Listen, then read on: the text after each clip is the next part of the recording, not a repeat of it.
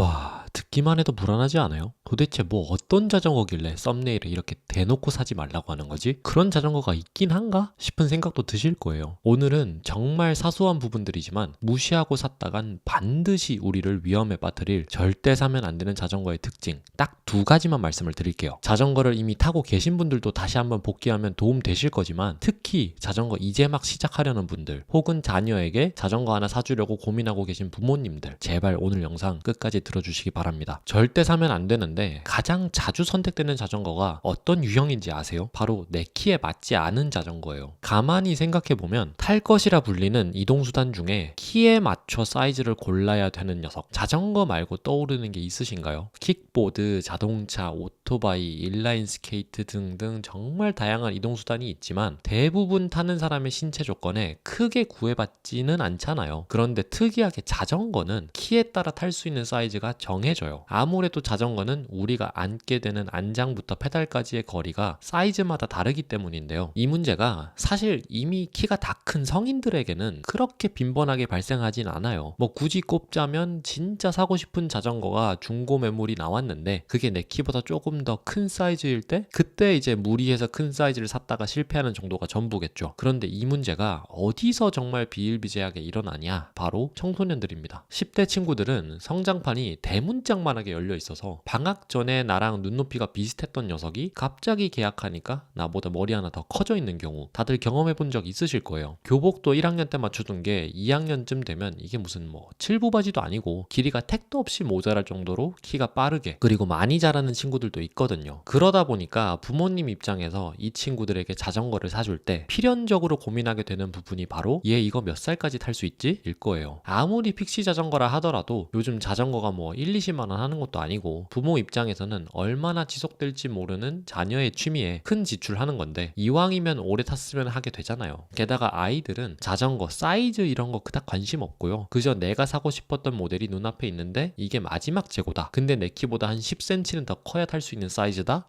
오늘 돌아가면 다시는 안 사줄 것 같은 마음과 당장 내 눈앞에 있는 이 녀석을 내 것으로 만들고 싶다는 그 욕망이 뒤엉켜서 섣불리 구매해버리는 경우가 정말 많아요. 뭔가 이상하죠? 분명히 샵에서 이 친구가 타기에 큰 자전거라고 분명히 말을 했을 텐데 설마 뭐 팔면 그만이라는 식으로 강매하나 싶으시죠? 절대 그렇지 않습니다. 샵 입장에서도 아이가 무리하게 큰 자전거 타다가 넘어지면 반드시 책임을 지게 되기 때문에 사력을 다해서 설득하려고 하지만 생각보다 이미 마음이 굳은 부모님과 이 청년을 설득하는 게 쉽지 않은 모양이더라고요. 그거 뭐 자전거 좀 큰 거 샀다고 뭐 그렇게 큰일이 나냐 라고 물어보신다면 대부분 운전을 해보셨으리라 가정하고 예시를 들어보겠습니다. 큰 자전거는 내 팔다리를 다 뻗어야 겨우 손이 닿을 위치에 핸들과 브레이크 페달이 있다고 생각하시면 돼요. 사이즈가 커질수록 안장과 핸들 사이의 간격이 멀어지게 되고 페달과의 거리도 멀어지게 돼요. 그래서 동네에 픽시 타고 돌아다니는 어린 친구들 보면 안장에 겨우 앉아서 까치발 들고 페달링하는 친구들이 있는 거죠. 이렇게 되면 페달의 힘이 올바르게 전달되지 않을 뿐만 아니라 자전거를 세우고 내릴 때 탑튜브라고 불리는 자전거 프레임 상단이 사타구니에 닿게 돼요. 당연히 강한 압박이 가해지겠죠. 그리고 혹시나 어딘가 걸려서 넘어질 때 빠른 감속과 함께 발이 다시 바닥에 닿아야 어떻게든 대처를 하는데 오히려 발이 닿기 전에 회음부 타격으로 인한 사고가 연달아 발생할 수 있어요. 그리고 핸들을 잡을 때 팔이 한 30도 정도 구부러져야 좌우 조향을 할 수 있는데 팔을 양껏 뻗은 채로 핸들 조향을 한다?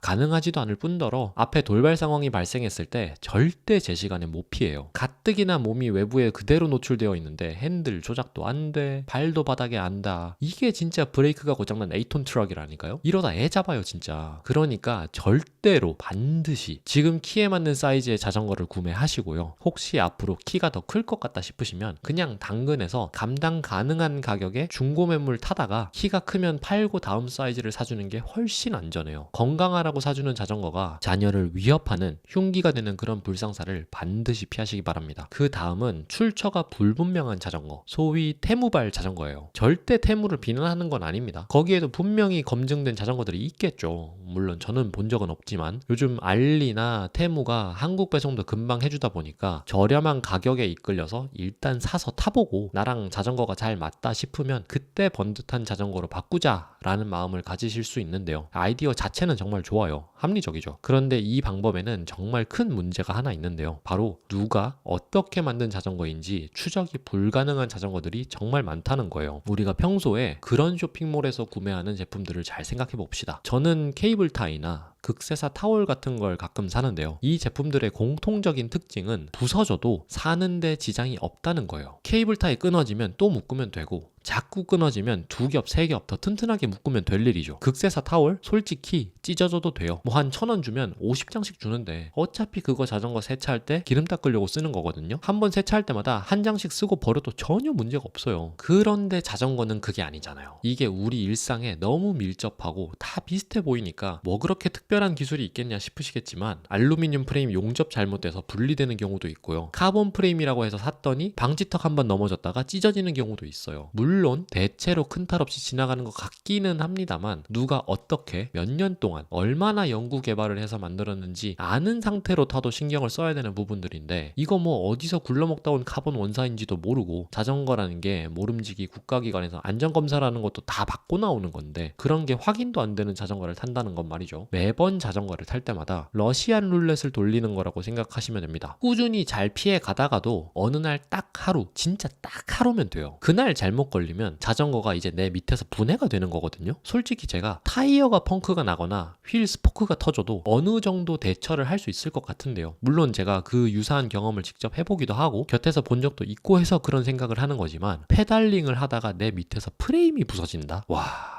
이건 뭐 어떻게 해야 되는지 감도 안 오네요. 그냥 순식간에 바닥에 꽂히는 거예요. 이게 얼마나 위험한 일입니까? 그래서 사실 테무나 알리뿐만 아니라 그 어떤 플랫폼에서 자전거를 구매하시더라도 UCI 인증까지는 솔직히 바라지도 않아요. KC 인증은 진짜 무슨 일이 있어도 확인하고 구매하셔야 돼요. 괜히 몇 푼 아끼려다가 정말 큰일 납니다. 사실 이 2가지 말고도 신경 써야 되는 것들이 사실은 많죠. 근데 또 그런 건 여러 선배님들께서 댓글로 알려주실 테니까 댓글에 언급되는 여러 요소들을 찬찬히 잘 둘러보시고 기억하셨다가 꼭 본인에게 잘 맞는 그리고 안전한 자전거를 구매하시길 바랍니다. 그럼 저는 또 다음 영상으로 찾아뵙겠습니다. 모두들 바이 가이즈.